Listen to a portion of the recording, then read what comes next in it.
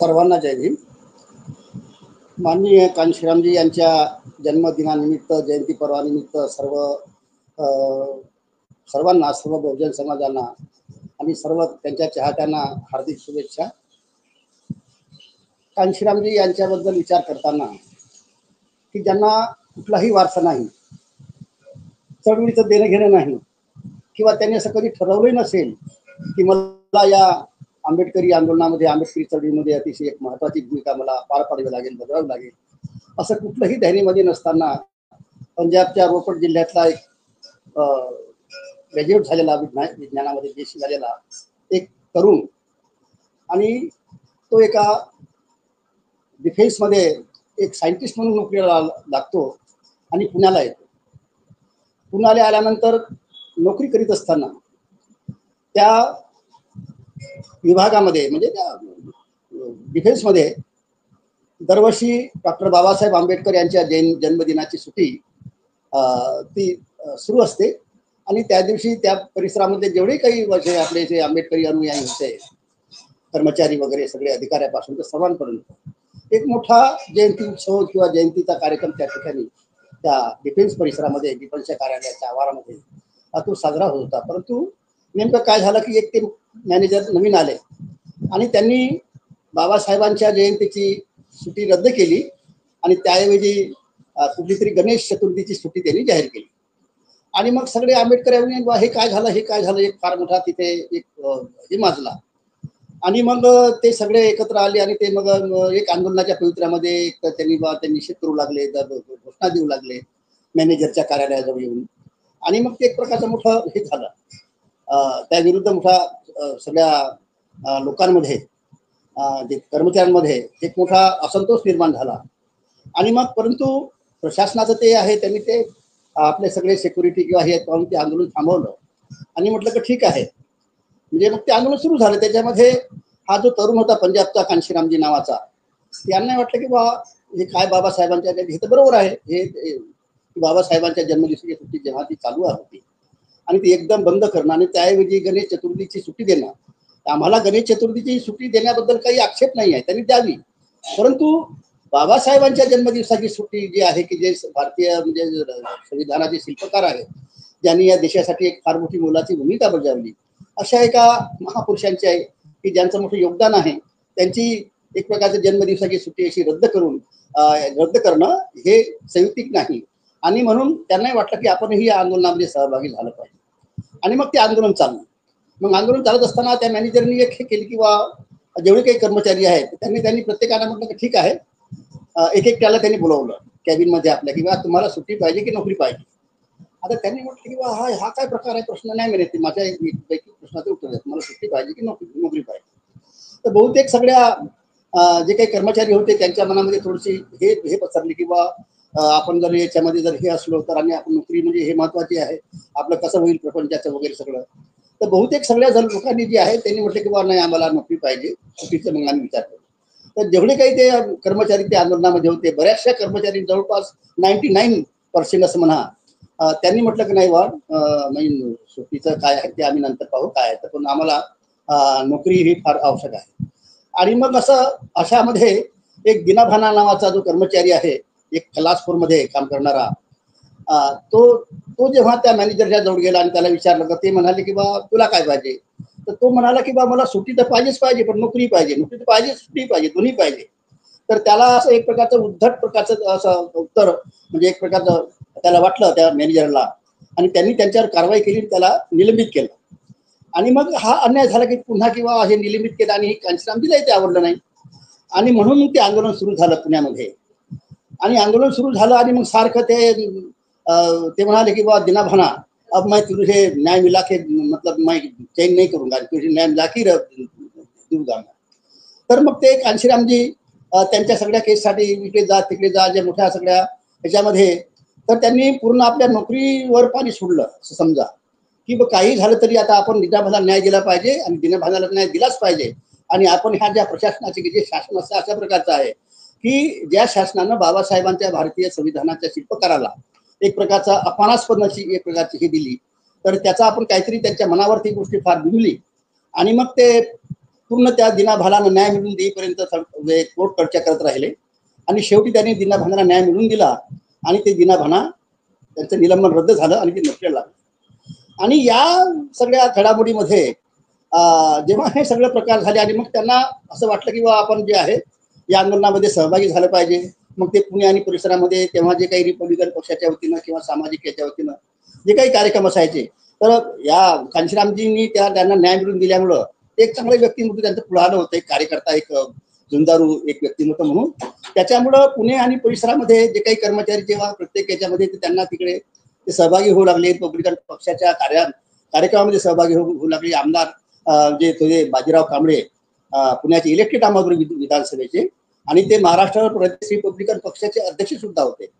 तर त्यांच्याशी सुद्धा त्यांची आणि ते त्याच्यामध्ये सहभागी होऊ. याच्याच बरोबर एक डिके खापर्डे नावाचे जे ग्रस्त होते नागपूरचे, ते तिथे होते. सावडेकर होते, तंबाखू नावाचे राष्ट्रीय कर्मचारी जे त्याच्या बरोबरीने होते आणि पुण्याचे सीपी थोरात होते.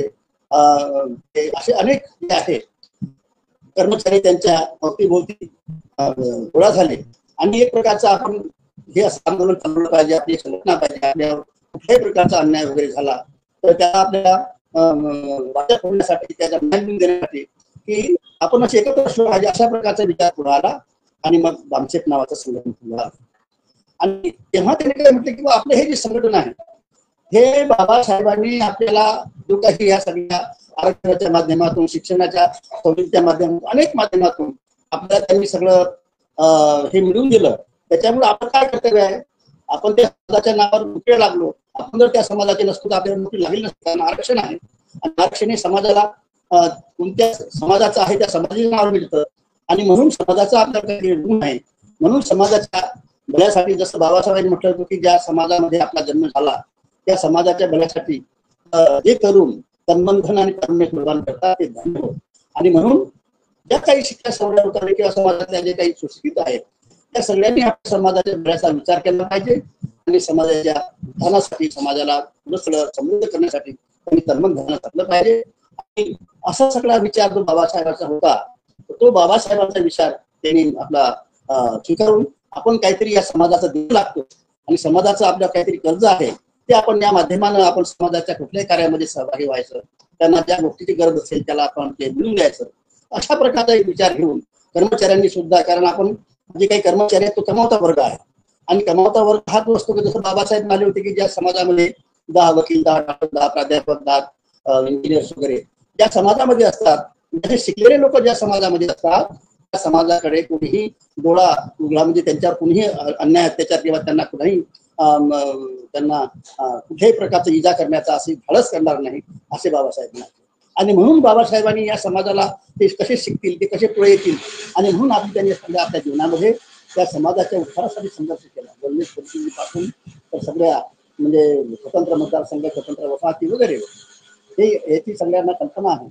तर ह्या ज्या सगळ्या आंदोलनामध्ये या समाजाला जो मिळून दिला आणि या समाजाचं जे उत्थान झालं आणि त्या समाजाला जो म्हणजे ते वारसा जो आहे बाबासाहेबांच्या चळवळीचा, आंदोलनाचा, विचाराचा, विचारधारेचा, आणि म्हणून हा विचारधारेचा वारसा आपण टिकवला पाहिजे. या दृष्टिकोनातून जे आहे पुण्यामध्ये जे काही तिथे सगळे कर्मचारी होते काही याचे, तर एकत्र येऊन त्यांनी बामसेफ नावाची संघटना जी आहे ती स्थापन केली. तर बामसेफ ही जी आहे, बामसेफ म्हणजे काय, जसं आता इतर अनेक त्या काळी हजारो प्रकारच्या म्हणजे कर्मचाऱ्यांच्या संघटना होत्या. त्यांच्यावर कुणाचं बदली झाली, कुणाचा अन्याय झाला, कुणाला जे काही त्यांचा वरचा अधिकारी त्यांना बरोबर हे वागणूक देत नाही किंवा त्यांच्यावर असे अनेक प्रकारचे जे काही मागासवर्गीय एसटी, जाती जमातीच्या जे काही कर्मचारी आहेत त्यांच्यावर अनेक प्रकारचे अन्याय वरिष्ठांकडून होत होते आणि त्यांना न्याय मिळवून देण्यासाठी जे आहे अनेक कर्मचारी म्हणजे कर्मचाऱ्यांच्या संघटना तेव्हा होत्या. काँग्रेस पोलीस संघटना होत्या, कम्युनिस्टांच्या संघटना होत्या, त्याला आपण लाल बावटा वगैरे म्हणतो, इंड काय आयटक वगैरे जे आहे. तर अशा प्रकारच्या अनेक संघटना असताना पुन्हा या बामसेफची काय गरज आहे, बामसेफ काय करेल वगैरे ते त्याचं तर कुठलंच हे नाही आहे. परंतु कांशीरामजींनी म्हटलं की ही जी बामसेफ संघटना आहे ही बामसेफची त्यांनी व्याख्या काय केली होती की BAMCEF is the organisation of employee by the employee but not for the employee. म्हणजे ही संघटना कर्मचाऱ्यांची आहे, कर्मचाऱ्यांनीच ती त्याला हे करायचं आहे, परंतु ती कर्मचाऱ्यांसाठी नाही. म्हणजे कर्मचाऱ्यावर जी बदली झाली कुठे तर तिच्यासाठी ते भांडणार नाही. कामगारांनी जे आहे, कर्मचाऱ्यांनी जे आहे आपलं प्रामाणिकपणे जर काम केलं, असं त्यांचं हे होतं की त्यांच्यावर एकदम असा अन्याय होणार नाही. आणि अन्याय झाला तर त्याला आपण पाहू. परंतु ही जी ह्या ज्या संघटनेचं काम आहे मुख्यतः, कारण बाकीच्या इतर कर्मचारी संघटना केवळ कर्मचाऱ्यांपुरत्याच मर्यादित आहे, परंतु ही जी संघटना आहे बामसे, ही कर्मचाऱ्यांपुरती मर्यादित न राहता ही संघटना समाजाच्या भल्यासाठी काम कार्यान्वित करेल. म्हणजे हे पूर्ण, म्हणजे जसं मी याच्यापूर्वी म्हणालो की समाजाचा आपल्या ऋण आहे, पे बॅक टू सोसायटी. म्हणजे समाजाचं जे आपल्यावर असेल ऋण ते परत त्याची परतफेड केली पाहिजे. आणि त्या उद्देशाने ही संघटना जेव्हा मग चालू लागली आणि मग असा एक एक टप्पा म्हणजे 1973 पासून सुरू झालेला हा जो आहे, 1973, 75, नंतर 78 आणि 78ला त्याची विधिवत स्थापना झाली. आणि मग ते 78 नंतर बामसे राहते कर्मचाऱ्यांची मग युवकांच्यासाठी डेस्पोर येते आणि 1984 मध्ये बहुजन समाज पार्टीची स्थापना होते. तर बहुजन समाज पार्टीची स्थापना जेव्हा होते त्याच वेळेस दुसऱ्या बाजूनं जसे आपण बाबासाहेबांच्या काळामध्ये शिवकास फर्ग्युसन पासून तर बाबासाहेबांनी शेवटी खुल्या पत्राच्या आधारावर या देशामध्ये रिपब्लिकन पक्षाची एक स्थापना व्हावी, ज्याच्यामध्ये सगळे दलित, शोषित, ओबीसी, बहुजन समाजाचं संपूर्ण जे जे ह्या ब्राह्मणी व्यवस्थेचे जे सिस्टीम ऑफ द सिस्टीम, ते व्यवस्थेचे जे काही बळी आहेत, ज्यांच्यावर सगळ्या व्यवस्थेनं अन्याय प्रचार केलेला आहे, जे दबलेले आहे, जे शोषित आहे, जे पिळलेले आहेत, अशा सगळ्या लोकांना न्याय देण्यासाठी जे आहे आपलं म्हणजे 15 वर्सेस 95 म्हणजे 85 म्हणजे त्यांनी पहिल्यांदा जो आहे 15 विरुद्ध 85 म्हणजे 15% जे आहेत ते उच्चवर्गीय आहेत, जे शोषक आहेत, शासक आहेत आणि बाकीचे जे सगळे आहेत ते सगळे शोषित आहेत, दलित आहेत, पीडित आहेत त्यांच्यावर नेहमी. तर त्यांचा काहीतरी आता आपण म्हणजे हे केला पाहिजे. अशा अवस्थेमध्ये जेव्हा याच्या बाबासाहेबांनी त्याच्या उत्थानासाठी म्हणजे पूर्वीपासून जे आहे संघर्ष केला, म्हणजे चौदार तळेचा संघर्ष घ्या, काळाराम मुंजेचा संघर्ष घ्या, गोलमेज परिषदेमध्ये जे त्यांनी आपल्या दलितांची सगळ्या लोकांची बाजू मांडली, त्याच्यानंतर ते संविधान सभेत गेले आणि संपूर्ण देशाचं म्हणजे केवळ एका विशिष्ट समाजासाठीच नाही, संपूर्ण देशाच्या उत्थानासाठी त्यांनी फार मोठं कार्य केलं. आणि मग अशा पद्धतीनं त्यांनी जी काही म्हणजे एक प्रकारचं या समाजाचं एक फार मोठं हे झालं तर आपण पाहतो मग सगळ्या म्हणजे सरकारी नोकऱ्यांमध्ये, शिक्षणांमध्ये, सगळ्या म्हणजे प्रत्येक याच्यामध्ये त्यांना म्हणजे समाजाला त्यांनी एक प्रकारचा न्याय मिळवून दिला.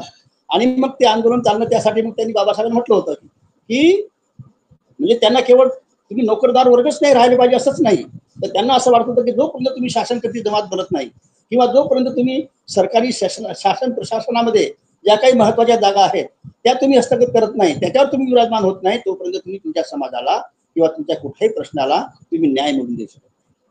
त्यांचं काय म्हणणं होतं की बाबासाहेबांचं की बा हे सत्ता, राजकीय सत्ता ही अशी गुरुकिल्ली आहे की जिच्या सहाय्यानं तुम्ही कुठल्याही प्रकारचं जे समस्या आहे, कोणतंही कुलूप समस्येचं ते तुम्ही उघडू शकता.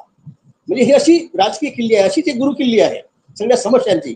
आणि मग ती हस्तगत केली पाहिजे. आणि म्हणून बाबासाहेब तेव्हा म्हणाले होते की जा आपल्या घराच्या भिंतीवर लिहून ठेवा की तुम्हाला या देशाची शासनकर्ती जमात बनायची. तर कांशीरामजी यांच्या ते लक्षात होतं. आणि म्हणून मी सुरुवातीला ते जसं मी आता पूर्वी उल्लेख केला की बाजीराव कांबळे जे आमदार होते रिपब्लिकन पक्षाचे, एवढंच नाही तर ते रिपब्लिकन पक्षाचे महाराष्ट्र प्रदेशचे अध्यक्ष होते. तर त्यांच्याबरोबर त्यांनी अनेक याच्यामध्ये ते कार्यरत राहिले, अनेक याच्यामध्ये ते काम करत होते. परंतु झालं काय, या दरम्यान 1971 मध्ये पुण्याच्याच गाडगे महाराज धर्मशाळेमध्ये एक मोठी म्हणजे एक मोठा रिपब्लिकन पक्ष आणि काँग्रेस पक्ष यांचा एक बैठक होती मोठी.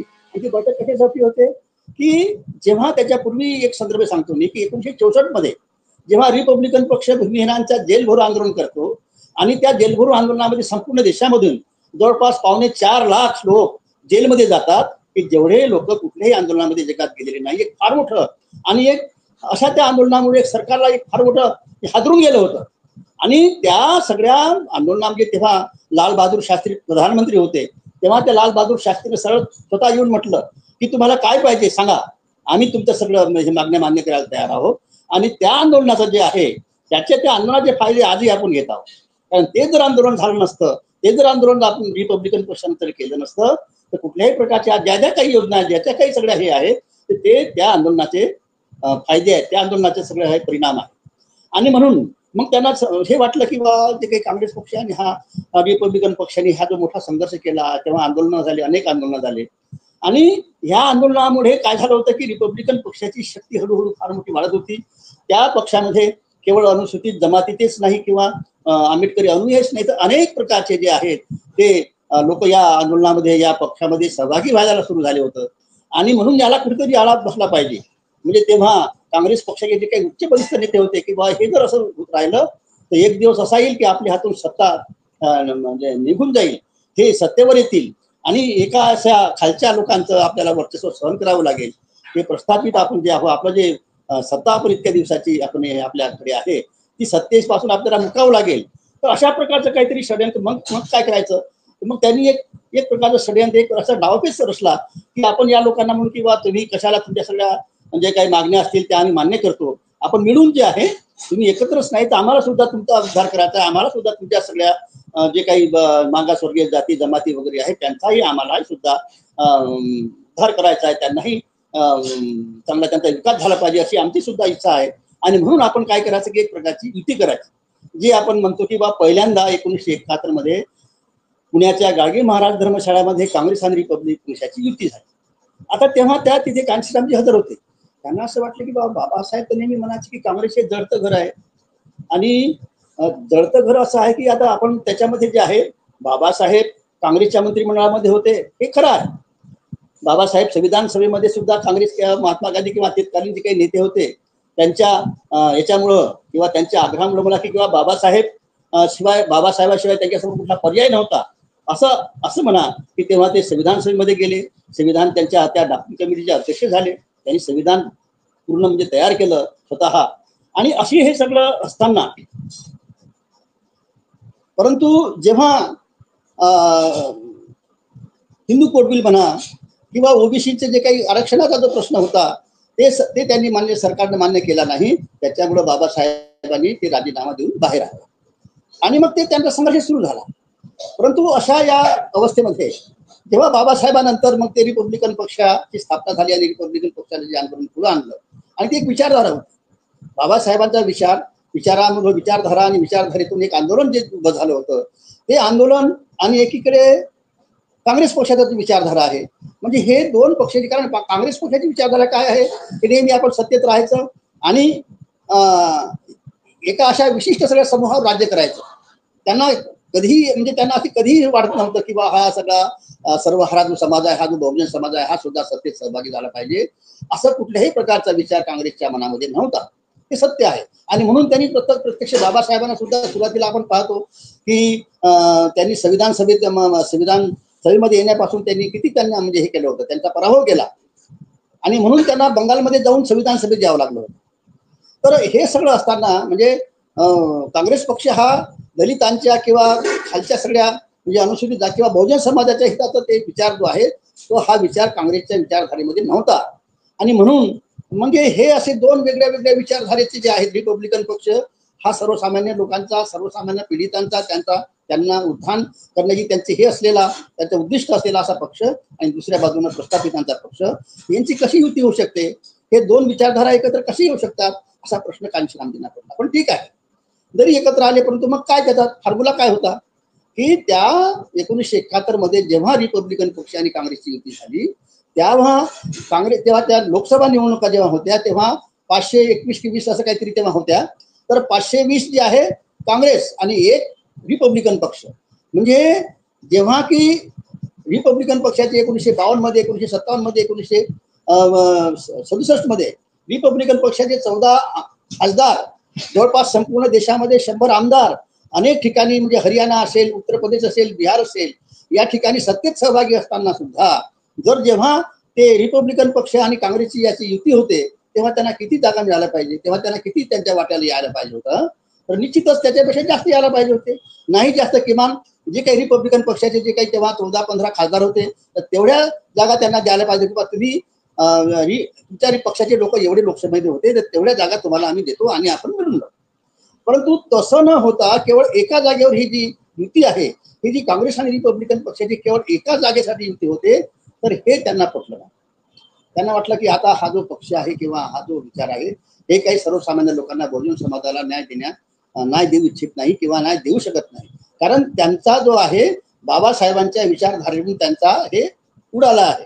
त्यांना बाबासाहेबांच्या विचारांना आपण सत्ताधारी होऊ शकतो, आपण शासनकर्ते जमात होऊ शकतो असा आत्मविश्वास असा त्यांच्यामध्ये राहिलेला नाही आणि ते आत्मविश्वास गमावलेले असे लोक झालेले आहेत, असा ग्रह त्यांच्या मनामध्ये झाला. आणि म्हणून त्यांना वाटलं की आता काही नाही, ठीक आहे, आपण हे सगळं करण्यापेक्षा यांना करू द्या, काय करायचं, आपण सुद्धा आपल्या पद्धतीने काहीतरी या समाजाच्यासाठी झटलं पाहिजे, केलं पाहिजे. आणि म्हणून मग त्यांनी कर्मचाऱ्यांना एकत्र करणं सुरू केलं. आणि मग त्याच्यातून बामशिप आली, त्याच्यातून बीएसपूर आली, आणि त्याच्यामधून बहुजन समाज पार्टी आली. आणि जेव्हा बहुजन समाज पार्टीची स्थापना झाली 1984 मध्ये 14 एप्रिलला दिल्लीमध्ये, तेव्हा म्हणजे रिपब्लिकन पक्षाचा कुठल्याही म्हणजे लोकसभेमध्ये खासदार नव्हता किंवा कुठल्याही असे विधानसभेत संपूर्ण एक प्रकारचं हे झालेलं होतं. अशा वेळी कांशीराम जेव्हा उभे होतात आणि मग त्या लोकसभा पहिल्यांदा 1984 मध्ये ज्या लोकसभा असतात त्या लोकसभा ते बहुजन समाज पार्टीच्या माध्यमानं लढवतात. आता तेव्हा पहिल्यांदा तर काही तेवढं त्यांना यश मिळत नाही, पण त्याचा एक फॉर्म्युला होता की हारणारा पक्ष, मग हरवणारा पक्ष दुसरा असेल, आणि मग ते जिंकणारा पक्ष.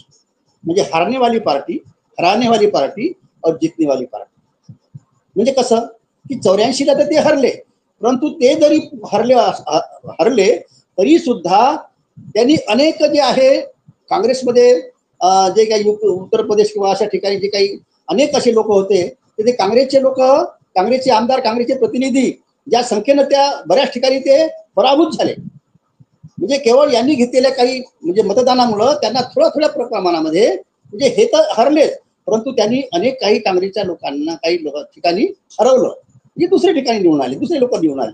आणि दुसरा दोष ते झाला म्हणजे हरवणारी, म्हणजे तेच म्हणतो की पहिल्यांदा त्यांना मिळालं नाही, परंतु त्याच्यानंतर जसं बहुजन समाज पार्टी 1989 मध्ये उत्तर प्रदेशातून जेव्हा रामकिशन यादव, मायावती बिजनौर मधून आणि इकडे एमपी मधून असे खासदार, दोन तीन खासदार निवडून येतात, आणि 2-3 खासदार निवडून आल्यानंतर अनेक म्हणजे जे काही त्यांचं संख्याबळ होतं ते एकदम कमी होऊन जातं. म्हणजे असं एकेकाळी जे उत्तर प्रदेशच्या विधानसभामध्ये 400वर म्हणजे आमदार असणारी काँग्रेस ती इतकी म्हणजे असं हळूहळू आपण पाहतो की नंतर ते जसं ते पुन्हा तो ही होत जाते. मग 1993 मध्ये 1991 मध्ये की 4 वेळा जी आहे बहुजन समाज पार्टी मायावती जी आहे बहुजन समाज पार्टीच्या मायावती ह्या 4 वेळा मुख्यमंत्री होतात. आणि 2007च्या निवडणुकीमध्ये इलेक्शनमध्ये त्या संपूर्ण उत्तर प्रदेशामध्ये स्वतःच्या बळावर बहुजन समाज पार्टीची सत्ता येते. हा जो सगळा प्रकार आहे, म्हणजे कांशीरामजीचं हे म्हणणं होतं की काही तुम्ही विश्वास ठेवा. म्हणजे जेव्हा बाबासाहेबांच्या 1991 मध्ये जन्मशताब्दी वर्ष होतं, तेव्हा त्यांनी कन्याकुमारी पासून तर काश्मीर पर्यंत एक मार्च काढला. काय होतं त्या मार्चचं नाव? भरोसा रॅली. भरोसा आठवतो. म्हणजे त्यांनी बाबासाहेबांनी म्हणजे कांशीरामजींनी हे सांगितलं होतं की बा तुम्ही भरोसा ठेवा, विश्वास ठेवा, असं तुम्ही की बा आपण बाबासाहेबांच्या विचारानं या देशाची सत्ता हस्तगत करू शकतो, यावर विश्वास ठेवा. आणि त्यांनी त्या दिशेने त्याचं काम सुरू झालं. आणि आपण पाहतो की उत्तर प्रदेशच नाही तर जम्मू काश्मीरमध्ये, हरियाणामध्ये, बिहारमध्ये, मध्य प्रदेशमध्ये सुद्धा अर्जुन सिंग सारखा माणूस, अर्जुन सिंग सारखा एक मोठा कद्दावर नेता काँग्रेसचा, त्याला बहुजन समाज पार्टीच्या एका माणसानं म्हणजे कुशवाहा एक होते, त्यांनी त्यांना हरवलं.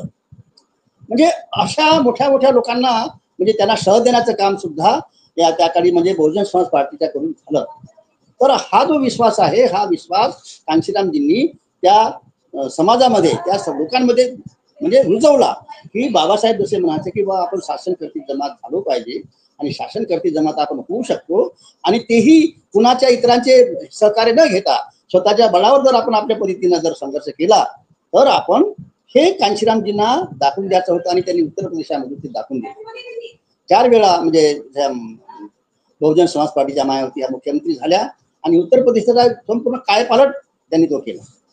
तर अशा प्रकारचा जो सगळं काही विचार आहे, तो विचार म्हणजे त्यांचं म्हणणं होतं की बा जसं तो एक फॉर्म्युला होता त्यांचा की N+D × S = चेंज. म्हणजे N stand for need, D stand for desire, ज्यांच्या मनामध्ये इच्छा असते करायचं काहीतरी, त्यांचा एक प्रकारचं त्यांचं तयार झालेलं असतात ते, आणि S म्हणजे स्ट्रेंथ. हे जर बरोबर ज्यांच्या म्हणजे ज्यांना गरज आहे, जे गरजू लोक आहेत, जे एकमेकाच्या गरजेपोटी म्हणा किंवा ते आवश्यक जे आहे, एखादी गोष्टी आवश्यकच आहे तिच्याशिवाय आपलं म्हणजे भलं होऊ शकत नाही, अशा प्रकारचा विचार. आणि मग नंतर एक प्रकारची ती इच्छा ती हस्तगत करण्याची, त्या गरजेला पूर्णत्वास नेण्याची जी एक प्रकारचं मोठं मनामध्ये एक प्रकारचं एक डिसायर निर्माण होते, एक प्रकारचं उद्दिष्ट, एक प्रकारचं एक ध्येय निर्माण होते.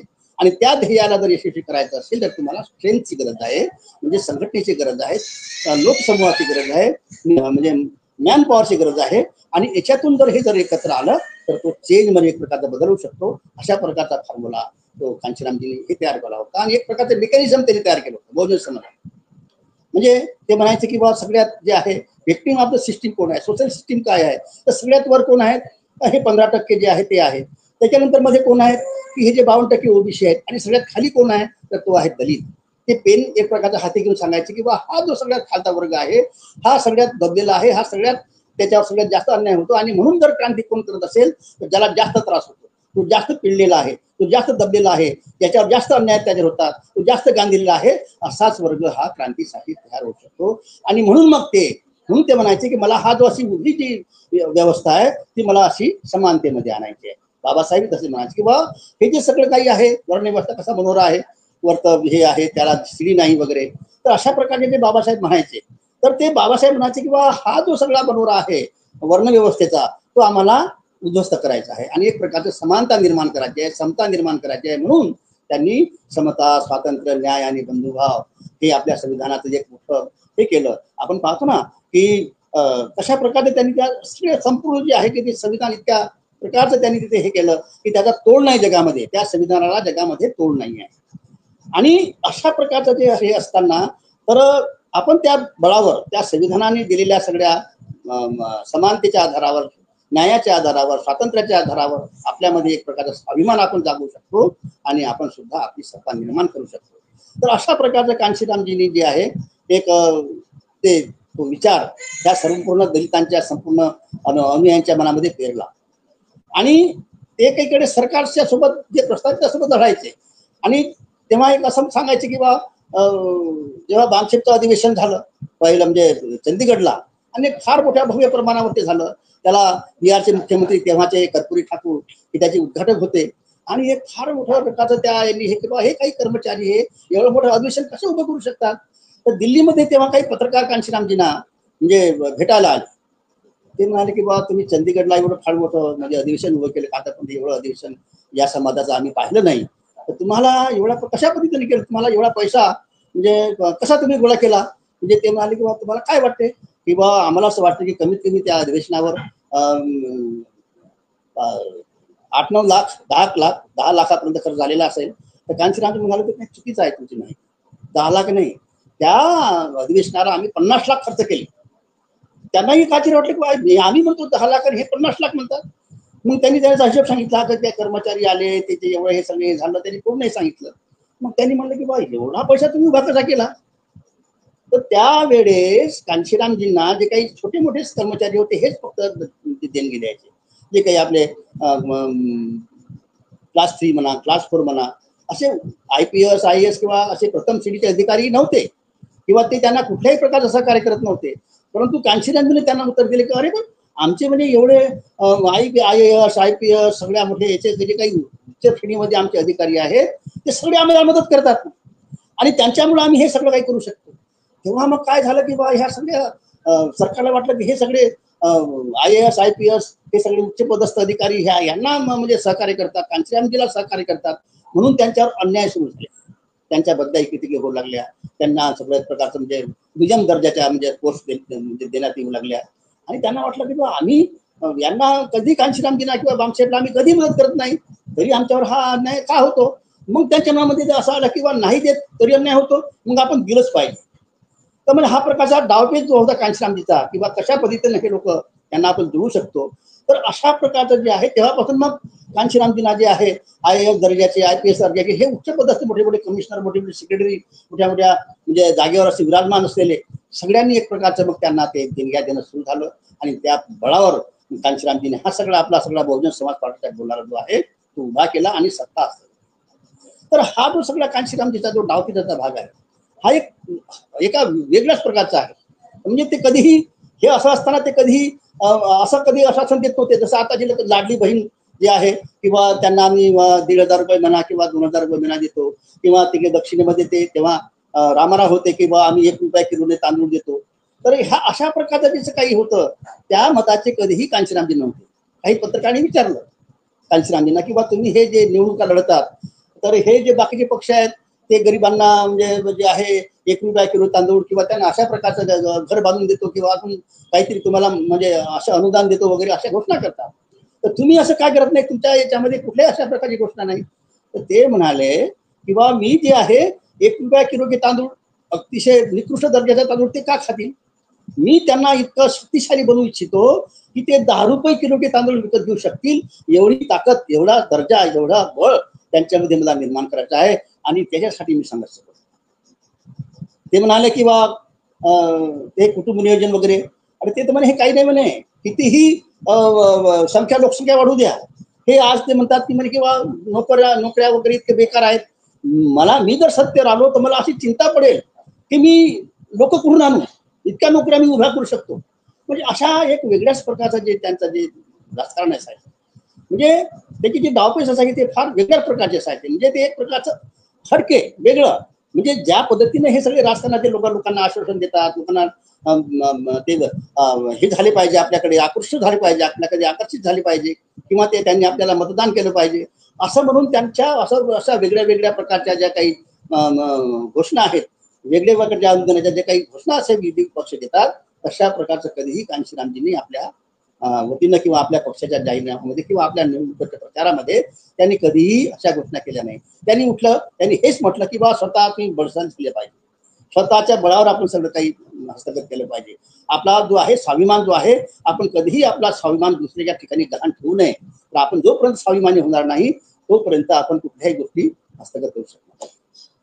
आज काय चित्र आहे बघा, त्यांनी गेल्यानंतर आज कांशीरामजी हयात नाहीये, परंतु ते जर हयात असते, त्यांनी आपल्या हयातीमध्ये ज्या पद्धतीने सगळं हे केलं, ते जर आतापर्यंत हयात असते तर आज तर एक वेगळं चित्र भारतात राहिलं असतं. परंतु असं समजा की आता काहीच नाही, अशा वेळी कांशीरामने काय केलं असतं की आज अशी स्थिती आहे देशात, तर त्यांनी पुन्हा ते सुरू केली असती की बा हा जो सगळा वर्ग आहे, हा जो सगळा सर्वहारा वर्ग आहे, त्याच्या मनामध्ये तीच पुन्हा त्यांनी सुरुवात केली असती आणि एक प्रकारचं उभं, जसं कुठल्याही प्रकारचं जे संकट आहे, जसं बाबासाहेब म्हणाले होते की बा तुम्हाला संघर्ष केल्याशिवाय, झगडल्याशिवाय पर्याय नाही. तुम्हाला असं कुठल्याही प्रकारचं असं आपोआप तुम्हाला कुठल्याही गोष्ट मिळणार नाही, कारण मागणारा जे भीक आहे ती त्याच्यासाठी मागावं लागते, मागणाऱ्यांना केवळ भीक दिली जाते. पण तुम्हाला जर तुमचे हक्क जर मिळवायचे असतील तर तुम्हाला स्वतः लढावं लागेल, संघर्ष करावा लागेल, तुम्हाला परिश्रम करावे लागतील. आणि तोच परिश्रमाचा जे आहे विचार तो कांशीरामजींनी पुन्हा या समाजामध्ये पेरला असता आणि त्यांना पुन्हा आपल्या ह्याच्यावर उभं करून एक प्रकारचं आज या अशा स्थितीमध्ये आपण म्हणजे जसं बाबासाहेब म्हणाले की तुम्ही सगळा लढत राहा. आपण असं पाहतो की जसं चौदार तळ्याच्या ह्याच्यामध्ये जो एक किंवा भीमा कोरेगावला जो स्तंभ आहे, त्या स्तंभावर काय एक असं अंकित आहे की तुम्ही जागृतीचा जो विस्तव आहे तो कधीही त्याला तेवढं ठेवलं पाहिजे, तो विस्तार कामा नाही. म्हणजे हा जो सगळा ऊर्जाचा जो विचार आहे, जो आपल्या प्रकारे जनजागृतीचा जो विचार आहे, समाज जागरणात समाजाला जो म्हणजे हे करण्याचा जो विचार आहे, जो हे आहे, तो त्याला आपण कधीही विझू देऊ नये, म्हणजे त्याला कधीही एक प्रकारचं मरू देऊ नये. त्याला नेहमी बळशाली केलं पाहिजे, त्याला नेहमी प्रवाहित केलं पाहिजे, त्याला नेहमी प्रचारित केलं पाहिजे, प्रसारित केलं पाहिजे. आणि हा जर विचार तुम्ही सतत आपल्या मनामध्ये ठेवला तर तो आपण कधीही अशी कुठलीही शक्ती नाही की ती शक्ती तुम्हाला हरवू शकते. कारण लोकांची शक्ती, लोकसमूहाची शक्ती, लोकांच्या मनामध्ये जो एक प्रकारचा विचार जो आहे, एक ऊर्जा, ध्येयाप्रती जे निष्ठा आहे, ती निष्ठा, तो विचार, त्या विचारधारेवर असणारी श्रद्धा, विश्वास अढळ, तर तो जोपर्यंत आपल्या मनामध्ये असतो तोपर्यंत आपण एक कुठलाही आपल्याला जर अपेक्षित आपल्याला ध्येय गाठायचं असेल तर ते ध्येय आपण निश्चित गाठू शकतो. असा विचार कांशीरामजींनी आपल्या म्हणजे लोकांमध्ये, कर्मचाऱ्यांमध्ये, समाजामध्ये पेरला असतो. आणि त्याच्या बळावरती आहे आज काय किंवा सगळं म्हणजे न्यायव्यवस्था बघा काय करते आहे, इलेक्शन निवडणूक आयोग काय करत आहे, किंवा मीडिया काय करत आहे. आज असा एकही हे नाही की ते या सरकारच्या कुठल्याही अशा कामावर म्हणा, कुठल्याही अशा धोरणावर म्हणा ती टीका करेल की हे बरोबर नाही. आपण पाहतो की TN शेषन नावाचा एक निवडणूक आयुक्त होता, इलेक्शन कमिशनर, काय त्यांनी एक प्रकारचं हे आणलं या देशामध्ये, एक प्रकारचं सगळं, कारण तो काय स्वतंत्र होता. तो कुठल्याही सत्तेला किंवा कुठल्याही सत्तेला, ह्या स्वतंत्र संस्था आहे, निवडणूक आयोग स्वतंत्र संस्था आहे, कार्यपालिका, न्यायपालिका आणि विधायिका. ह्या ज्या संस्था आहेत ह्या सगळ्या लोकशाहीचे 4 खांब आहेत, प्रसार माध्यम. आणि हे जर प्रसार माध्यमांनी बरोबर आपापलं काम जर केलं तर केव्हाही हे जे सगळं लोकशाही सरकार आहे ते कधीही चुकीच्या मार्गाने जाऊ शकत नाही. परंतु आज काय स्थिती आहे, न्यायालय घ्या ते कधीही सरकारच्या विरोधामध्ये किंवा सरकारच्या धोरणावर असं नाही कधी वागतील. त्यांच्या अगदी पोपटासारखं जसं ते सरकार सांगेल तशाच प्रकारचं ते निर्णय असेल. निवडणूक आयुक्त आज काय होता, ईव्हीएम मध्ये एवढा सगळा विद्रोह सुरू आहे अनेक याच्यामध्ये, पण ते कुठेही कोणाला काही असे बेताल एक म्हणजे हे झालेलं आहे, कुठल्याही प्रकारचं अनिर्बंध सत्ता एक प्रकारची ते लोकशाही राहिलेलीच नाही.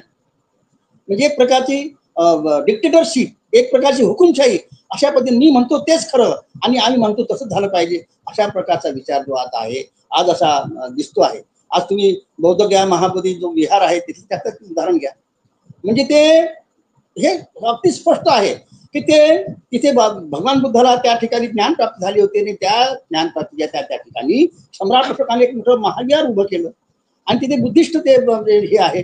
असं असताना सुद्धा तिथं काय की ते सगळे पंडे लोक तिथे आले आहेत, ते महंत लोक तिथे, तिथे ते शिवलिंग काय हे करतील, तिथं पिंडदान काय करतील, हा जो सगळा प्रकार हा काय प्रकार आहे.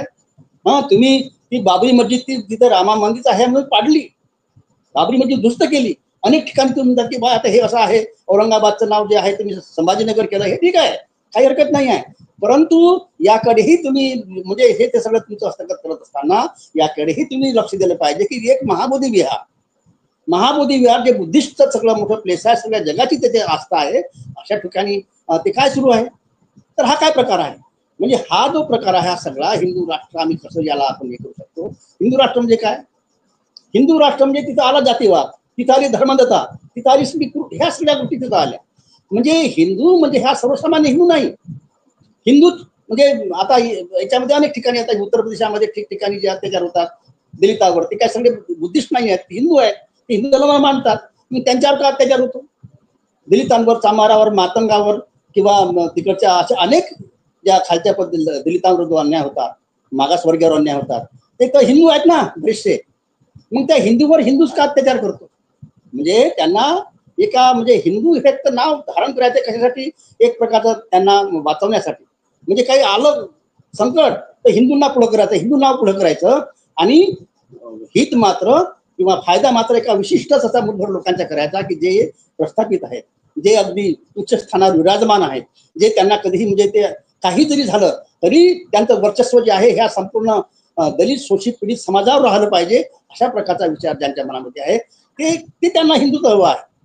त्या सगळ्या त्यांच्या हिंदुत्वामध्ये एकूण जो सगळा हिंदू समाज आहे त्याचं कधीही कल्याण नाही त्याच्यात. आणि असं असताना हे जे सगळं कुठल्याही प्रकारचा मीडिया, कुठल्याही प्रकारची प्रसार माध्यम, कुठल्याही प्रकारचं न्यायालय, न्यायपालिका, कुठल्याही प्रकारची कार्यपालिका या गोष्टीकडे दुर्लक्ष करते आहे आणि ही शोकांतिका आहे.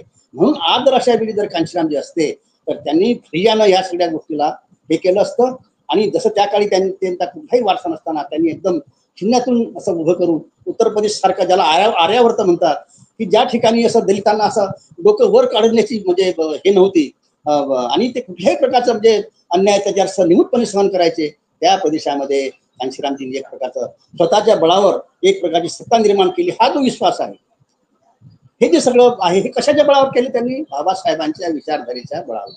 त्यांनी सर्व म्हटलं की मैं बाबासाहेब को ज्यादा जानता तो नहीं है लेकिन मानता हूं. म्हणजे काही लोक असे आहेत ते म्हणाले की बाबासाहेब कुठे बहुत लोक जानते हैं लेकिन मानते नहीं. जाणून घेणं वेगळं, तुम्ही खूप बुद्धिमान, तुम्हाला हे असेल, परंतु जोपर्यंत तुम्ही बाबासाहेबांचे विचार जाणता पण त्याला अंमलात आणण्यासाठी जर तुमच्याजवळ कुठल्याही प्रकारचं हे नसेल किंवा तुमची निष्ठा नसेल किंवा तुम्ही त्या दिशेनं जर तुम्ही असेल कमिटेड नसाल तर तुम्हाला कुठल्याही गोष्टीची म्हणजे यश तुम्ही संपादन करू शकत नाही. म्हणून आज कांशीरामजीच्या विचाराची गरज आहे. कांशीरामजीने ज्या पद्धतीने डावपेच टाकली, कांशीरामजीने समाजाला ज्या पद्धतीने बाबासाहेबांचा जो विचार आहे ज्या पद्धतीने यशस्वी केला, ती पद्धत जी आहे, तो जो विचार आहे, तशा प्रकारची स्ट्रॅटेजी, तशा प्रकारची डावपेच त्याची गरज आहे आज. आणि ती गरज जर आपण ओळखली तर निश्चितच जे आहे आपण जे आहे या समाजाला न्याय मिळवून देऊ शकतो आणि बाबासाहेबांनी म्हटल्याप्रमाणे आपण या देशाची राज्यकर्ती समाज बनवू शकतो. आणि हा विचार जो आहे, ह्या विचाराची आज समाजामध्ये त्याचा हा विचार रुजवण्याची गरज आहे, त्याला त्या पद्धतीने उभं करण्याची गरज आहे. आज समाज जो आहे त्याच्यासमोर पर्याय नाही आहे, तो आपला अक्षर हा गमावून बसलेला आहे. अशा वेळी आज कांशीरामजीच्या म्हणजे सारख्या नेतृत्वाची गरज आहे. कांशीरामजीने ज्या पद्धतीने आंदोलन उभं केलं, ज्या कांशीरामजीने ज्या पद्धतीने आपलं राजकारण यशस्वी केलं, तसं करणारा एक पर्याय समोर आज त्याची गरज आहे. आणि ही गरज कशी आपल्याला निर्माण करता येईल, हा पर्याय कसा उभा करता येईल, असा हा सगळ्या आंबेडकरी अनुयायांनी, हा इथल्या सगळ्या दलित शोषित सर्वांना समाजाने असे विचार करण्याची आज तरी गरज आहे. त्यांच्या जयंती पर्वाच्या निमित्ताने असा विचार जसं जे आहे त्या मनामध्ये समाजामध्ये त्यांनी हे करावं आणि बाबासाहेबांची विचारधारा, बाबासाहेबांचा जो ध्येय आहे ते यशस्वी करावं. की माझे लोक जे आहे ह्या देशाचे शासनकर्ते बनले पाहिजेत, मुख्याच्या जागी गेले पाहिजेत आणि माझ्या समाजाचा असा उद्धार झाला पाहिजे, असं जे बाबासाहेबांना वाटायचं ते जे या देशामध्ये जे आहे घेऊन आलं पाहिजे, अशी मी अपेक्षा व्यक्त करून आणि आज या निमित्तानं कांशीरामजीच्या जयंती पर्वाच्या निमित्तानं मला आपल्याशी बोलता आलं, चर्चा करता आली, त्याबद्दल मलाही मी आपण सर्व जे आहे एक चांगलं या चॅनलचे मी गुण व्यक्त करतो. आणि आपणा सर्वांना पुन्हा एकदा शुभेच्छा देऊन आणि हा जो विचार आहे तो विचार यशस्वी हो अशा प्रकारचं एक प्रकारचं जी अपेक्षा आहे, जी शुभेच्छा आहे, जी मनोंगल कामना आहे ती व्यक्त करून मी आज या ठिकाणी माझ्या वाणीला विराम देतो. जय